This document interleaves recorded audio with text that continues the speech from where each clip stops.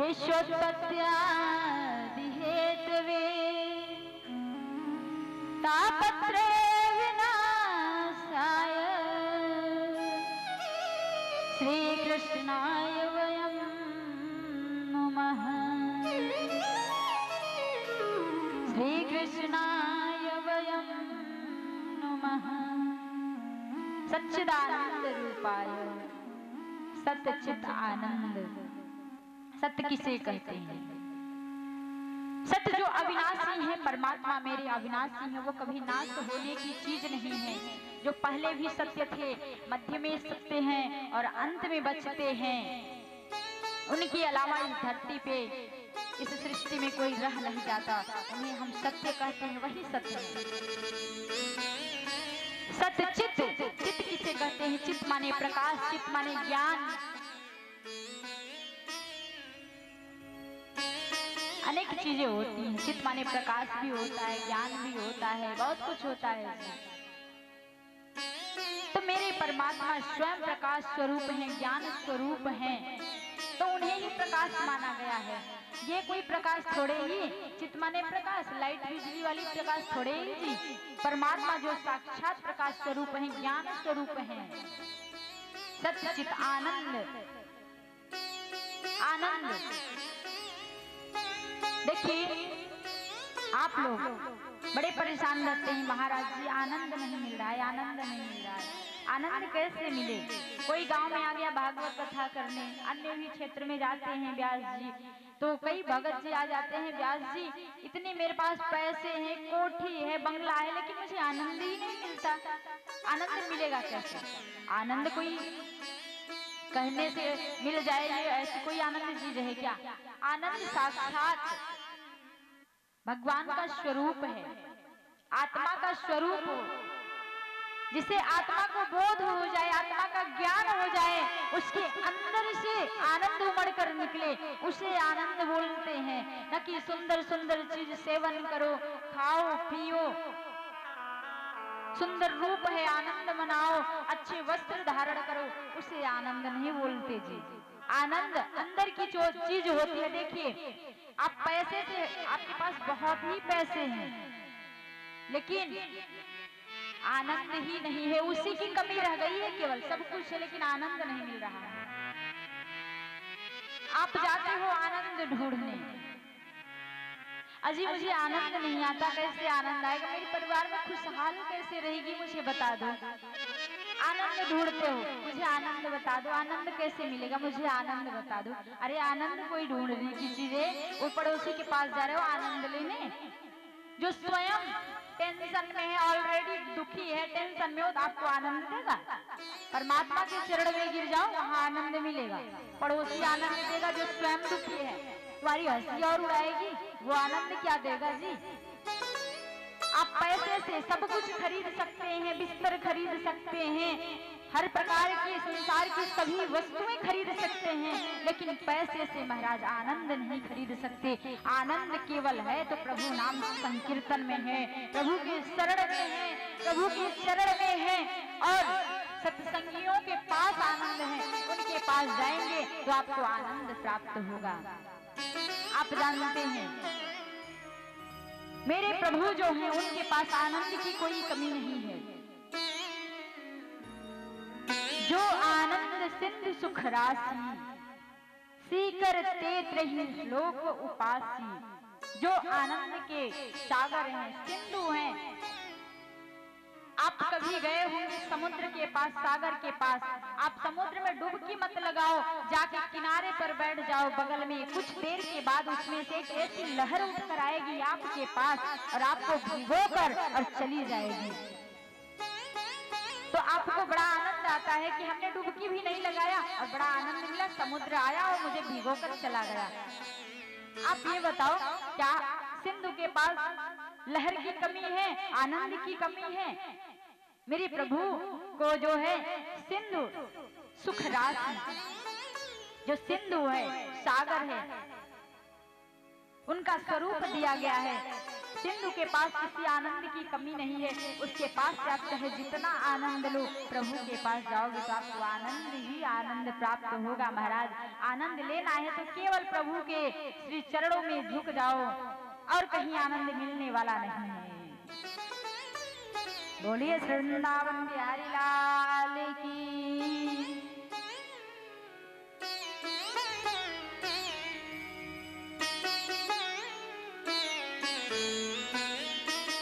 एक बात हमें याद आ रही है, आप वो दिन याद करो कि पूर्व समय में घर में 20 लोग रहते थे और 20 लोगों में से केवल एक कमाने वाला रहता था और 19 लोग खाने वाले रहते थे। और रात्रि में जब बैठते थे भोजन करने, महाराज इकट्ठा होकर, कितना अच्छा लगता था। जब इकट्ठा होकर बैठते थे तो 56 प्रकार के भोग भी नहीं मिलते थे, 56 छोड़ो 2 प्रकार के भी नहीं मिलते थे, दाल चावल रोटी भी नहीं मिलते थे। सूखी रोटी चपाती जो होती है और चटनी के साथ में भोजन करते थे और बड़े ही आनंद से करते थे। कमाने वाला एक, खाने वाला 20। उस समय का आनंद आप लोग भूल गए हो। लेकिन अब क्या है, घर में 20 लोग हैं, 20 लोग कमाने वाले हैं और रात्रि की रोटी खाते हैं तो नेत्रों से आंसू गिरता है, सुखी नहीं रहते, आनंद नहीं आता, दुखी होकर रोटी खाते हैं, खाकर उठ जाते हैं, पता नहीं चलता पेट भरा नहीं भरा, कुछ समझ में नहीं आता, सारा आनंद चौपट हो गया, खत्म हो गया।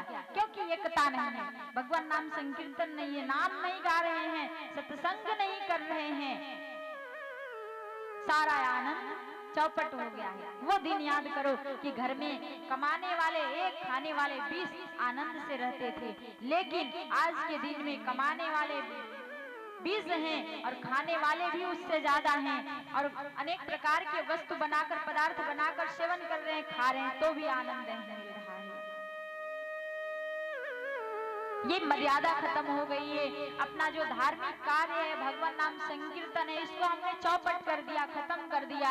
जिस घर में भगवान नाम का संकीर्तन नहीं हो रहा है, उनके नाम का गुणगान नहीं हो रहा है, उस घर में क्या कभी आनंद मिलेगी, खाक मिलेगी? कभी नहीं मिलेगी। आप जानते हो,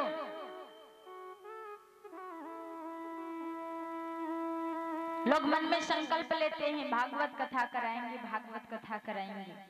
कई जगह ऐसा होता है, आ गए पंडाल में बैठ गए भगत जी, उन्हें बड़ा अच्छा लगा कथा, हमें भी कथा करानी है जी। जाते हैं घर पर तो समझ में नहीं आता किस व्यास से कराएं, तो टीवी खोलते हैं। सबसे पहले टीवी खोलेंगे तो दिशा चैनल लगाएंगे, उसमें व्यास जी कथा करते रहेंगे। अब बड़ा सुंदर कथा कर रहे हैं जी। अब उनका नंबर कैसे भी टीवी में से निकाल ली, अब फोन लगाते हैं, बात नहीं बनी, पैसे ज्यादा मांगे। कथा तो अच्छे करते हैं लेकिन पैसे ज्यादा मांग रहे हैं जी। अब संस्कार चैनल लगा दिया, उस पे देखिए कौन व्यास जी कथा कर रहे हैं, उस पे चैनल बदलते हैं, उनका नंबर लेते हैं, इन व्यास जी से कथा करवाते हैं, उनसे भी बात नहीं बनी। आस्था चैनल लगा दिए, महाराज चैनल ही बदलते बदलते बदलते बदलते जिंदगी बीत गई, एक भी भागवत नहीं हुई। क्योंकि उनके मन में संकल्प नहीं है, केवल मूड मारते हैं। जिसके अंदर भगवान का प्रेम आ गया, भाव आ गई, श्रद्धा आ गई, तो भागवत कथा कराने की कोई जरूरत नहीं, वो हो ही जाती है जी। हमने कई बार अनुभव किया है। भगवान का कार्य कभी रुकता नहीं है, इसलिए आप लोग प्रयास करना। हम तो आप लोग से ये कहेंगे कि अपने गांव को ऐसा निर्मल स्वच्छ बनाए रखना और प्रत्येक वर्ष सोचना कि कथा हो, और प्रत्येक वर्ष तो हो ही रहा है, लेकिन हम कोशिश करेंगे कि प्रत्येक दिन भागवत कथा सुनने को ऐसे मिले। इसमें किसी को पैसे लगाने की जरूरत नहीं है जी, लेकिन अपना जो दिल है उसको निर्मल बनाओ, अंतःकरण को शुद्ध रखो, अपना सहयोग दो, मेहनत दो, साथ में भागवत कथा सुनने आओ पंडाल में। यही सबसे बड़ा पैसा, सबसे बड़ा दक्षिणा यही है भगवान के लिए। इतने में आप लोगों का सहयोग मिला कि भागवत कथा हो जाएगी जी। अब पैसे नहीं दे रहे हो, 7 दिन आके भागवत कथा तो सुन सकते हो। मेरे तो ये समझ में नहीं आता जी, मेरी भागवत कथा प्रत्येक जगह होती रहती है। अभी भी यहाँ से जाएंगे तो बल्लमगढ़ में भागवत कथा है, वृंदावन के पास में। और डगमगपुर में राम कथा है जी नवरात्रि में, और नवरात्रि में ही अचवर गांव से कथा करके आ रहे हैं। वहीं पे एक अर्जुन पट्टी में बहुत सिद्ध महापुरुष है महात्मा जी, वो श्रीमद् भागवत कथा कराएंगे आप लोगों को। इसमें निमंत्रण है और साल में 4 नवरात्रि होती है। 4 नवरात्रि में जो है एडजस्ट करेंगे, आप लोग को समय बता देंगे कि कब कथा होगी। नवरात्रि में होगी, लेकिन अभी यहीं पे आएंगे एक जो राम कथा कराएंगे, 3-4 दिन बाद आएंगे नारियल देने। आप लोगों को वहाँ भी राम कथा में भी निमंत्रण है। और मुझे ये भी पता है कि आप लोग राम कथा के बहुत बड़े रसिक हो, राम कथा सुनने में बहुत आनंद आएगा। श्रीमद् भागवत कथा 10 साल से सुन रहे हो, और लेकिन राम कथा का सोच रहे होंगे कि राम कथा कोई सुना जाता। तो राम कथा यहाँ तो नहीं हो पा रही, लेकिन डगमगपुर में आप लोग सुनने जरूर चलना। बोलिए श्री वृंदावन बिहारी लाल की, राधा रानी सरकार की, जय जय श्री राधे। तो आप लोग ये बताएं कि भागवत महात्म्य थोड़ा और सुनाए कि कल सुनोगे? ठंडी लग रही है जी? बाबा आप लोगों को ठंडी लग रही है? नहीं लग रही? कथा सुनना है ना? अच्छा, तो हम तो सुनाएंगे। अब आप लोग कहेंगे व्यास जी पहन कर बैठे हैं तो बहुत सुना रही है, ठंड नहीं लग रही है। देखिए, आप लोग घर पर चाहे जैसे रहें, चाहे जिससे प्रभु जी से लड़ाई किए रहें, परिवार से, दादी से, अम्मा से, ताई से, चाहे जिससे लड़ाई किए रहें, लेकिन भागवत कथा में आए तो प्रसन्न चित्त होकर एक खिले हुए फूल के समान आए, क्योंकि भगवान को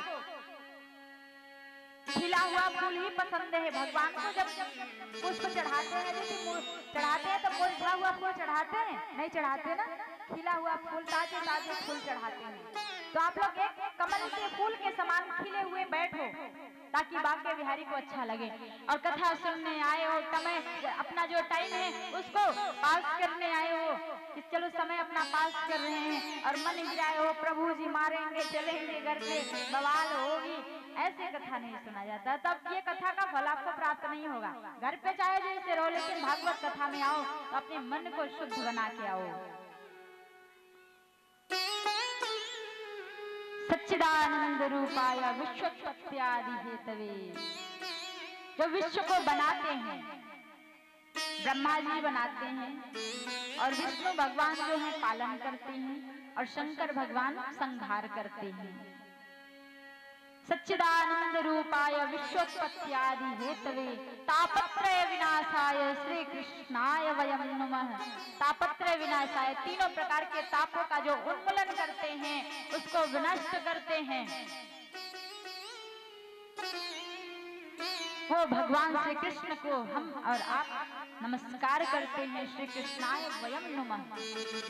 अब देखिए, किसी भक्त ने पूछ दिया कि भागवत कथा में राधा रानी का नाम क्यों नहीं लिया गया है? श्री कृष्णाय वयं नमः, ये तो कृष्ण भगवान को ही केवल प्रणाम करते हैं, ऐसा क्यों?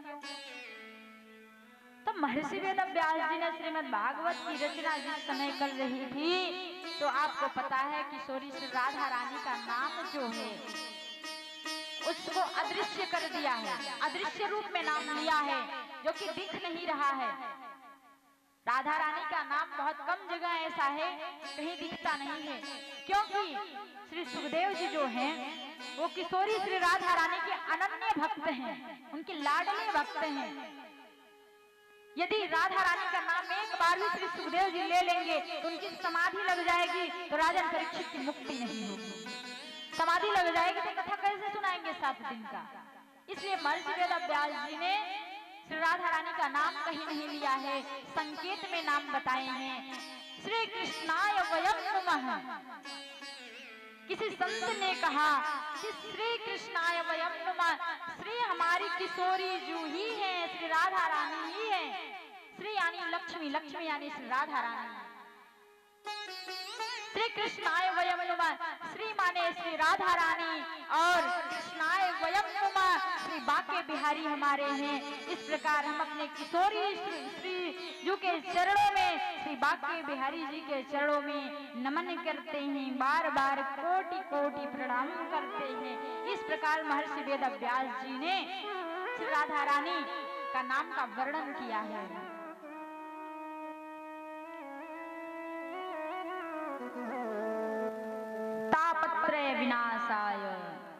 तीन प्रकार के जो ताप हैं जी, अलग अलग ताप होते हैं। कोई तन दुखी, कोई मन दुखी, कोई धन बिन रहत उदास, थोड़े थोड़े सब दुखी, सुखी कृष्ण के दास।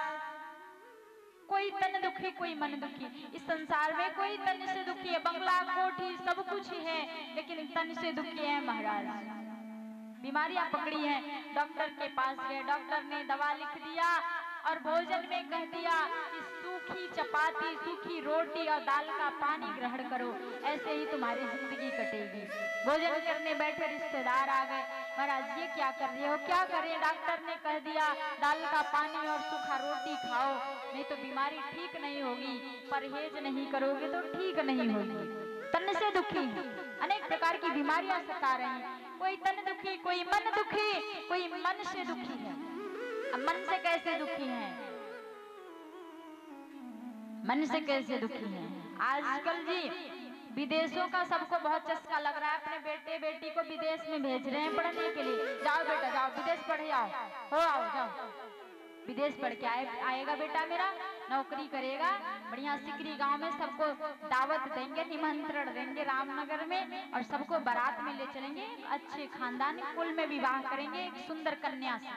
पिताजी सोच रहे हैं। बेटा ने क्या किया, वहां विदेश भेज दिए, पढ़ाई पूरी हो गई, फोन गया, हाँ बेटा पढ़ाई पूरी हो गई, हाँ पिताजी पढ़ाई पूरी हो गई, और ठीक हो समाचार, कोई नया समाचार? बेटा ने कहा हाँ हाँ पिताजी नया समाचार है। क्या है बेटा? हमने शादी कर लिया है, 5 दिन बाद लेके आ रहे हैं घरवाली को। पिताजी का सारा अरमान महाराज 1 सेकंड में ठंडा। बड़े मन में बिठाए थे, दावत करेंगे, सबको इनवाइट करेंगे, निमंत्रण करेंगे, सबको बारात में ले जाएंगे, मन से दुखी है। कोई धन भी न रहा तो उदास, कोई धन से दुखी है, दिन भर बेचारा मजदूरी कर रहा है, और शाम को आया, जो थोड़ी सी मजदूरी मिली, बेटे को खिलावे, पत्नी को खिलावे, खुद खावे, मकान मालिक का किराया देवे, और बिजली बिल भरे, क्या क्या करे महाराज, चिंता में पड़ा हुआ है, कैसे करें, कैसे जिंदगी कटे। सब दुखी है संसार में, कोई तन दुखी, कोई मन दुखी, कोई धन बिन रहत उदास, थोड़े थोड़े सब दुखी, सुखी कृष्ण के दास। सुखी केवल वही है जिसके पास भगवान नाम का संकीर्तन है, जो भगवान नाम का धन कमा लिया है महाराज, सबसे ज्यादा सुखी वही है जिसके पास भगवान नाम हमेशा चल रहा है, कभी बंद ही नहीं हो रहा है, सबसे सुखी वही है। नानक देव ने तो यहाँ तक भी कह दिया कि नानक दुखिया सब संसार।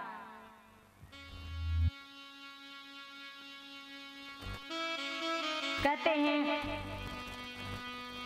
धनहीन कहे धनवान सुखी,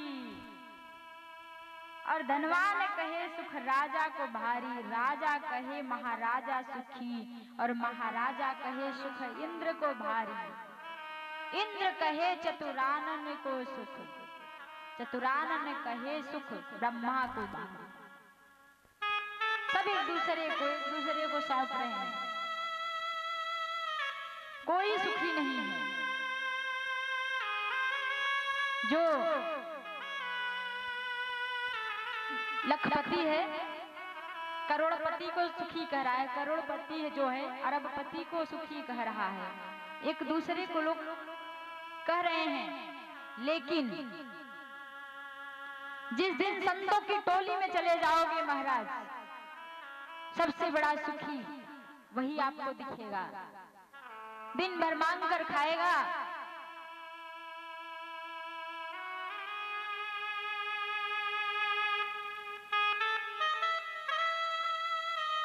दिन भर मांग कर खाएगा, अब वही रोटी मांग कर इकट्ठा किया रहेगा, और वही सब्जी भी नहीं रहेगी, जल लेगा और उसी में भिगोकर उसको मसल कर और पी लेता है, और भगवान नाम संकीर्तन करता रहता है। उसे किसी चीज की चिंता नहीं है जी, और आराम से सोता है, भगवान नाम संकीर्तन करता रहता है। सबसे ज्यादा सुखी वही है।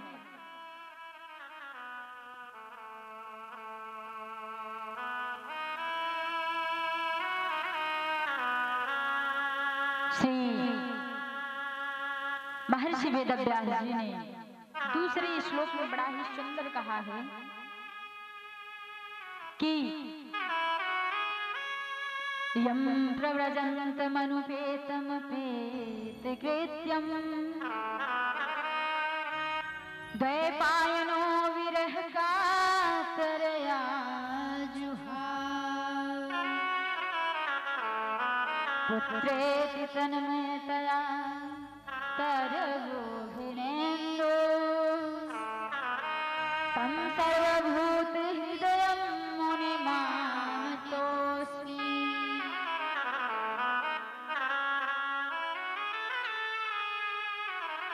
श्री सुखदेव जी अपनी माँ के गर्भ में 12 वर्ष तक रहे महाराज।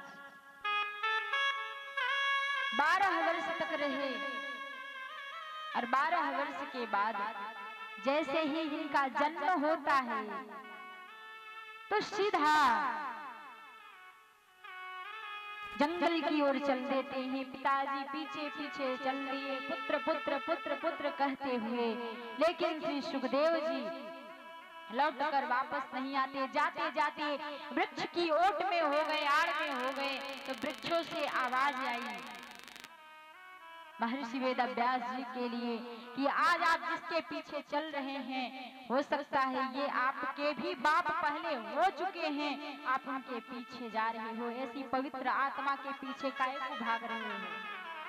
महर्षि वेदव्यास जी लौटकर चले आते हैं। वृक्षों की बाड़ी सुनकर कि ऐसे मेरा सुखदेव मेरा बेटा इतनी पवित्र आत्मा है, इसके पीछे पीछे हम चल रहे हैं, हमसे बहुत बड़ी भूल हो गई है। लौटकर चले आते हैं। तीसरे श्लोक में महर्षि वेदव्यास जी ने बड़ा सुंदर वर्णन किया है। नैमिषे सूतमासिनम् अभिवाद्य महामतिम् कथामृतिरसास्वाद कुशलः सानुको ब्रवीत्। आपने वृंदावन नाम सुना है, काशी प्रयाग सुना है, हरिद्वार उज्जैन सुना है। ऐसे ही एक नैमिषारण्य क्षेत्र है जी, सत्यनारायण की कथा करवाते हैं, उसमें नैमिषारण्य क्षेत्र आता है। उसका वर्णन है सूत जी महाराज जी ने शौनकादिक ऋषियों को नैमिषारण्य की कथा सुनाए हैं। सत्यनारायण भगवान की कथा करवाते हैं ना, तो उसमें पंडित जी सुनाते हैं। वही नैमिषारण्य क्षेत्र जो है श्रीमद् भागवत महापुराण में वर्णन है। नैमिषारण्य आपने देखिए, नैमिषारण्य जो होता है, निम माने चक्र, अरण्य माने जंगल। भगवान के चक्र जो चक्र है, भगवान के चक्र ने एक जंगल को काटा और काट कर मुनियों के लिए, ऋषियों के लिए तपस्थली तीर्थस्थली बनाया। वही जंगल में उसे हम नैमिषारण्य कहने लग गए हैं। भगवान के चक्र के द्वारा जंगल काटा गया, वहां संतों के लिए तीर्थस्थली बन गया, वो बन गया नैमिषारण्य।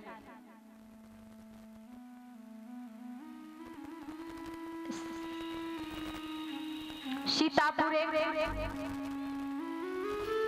जिला है, वहीं पे नैमिषारण्य क्षेत्र है, जहां श्रीमद् भागवत कथा प्रथम बार हुई थी।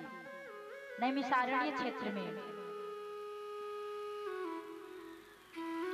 बोलिए वृंदावन बिहारी लाल की, राधा रानी सरकार।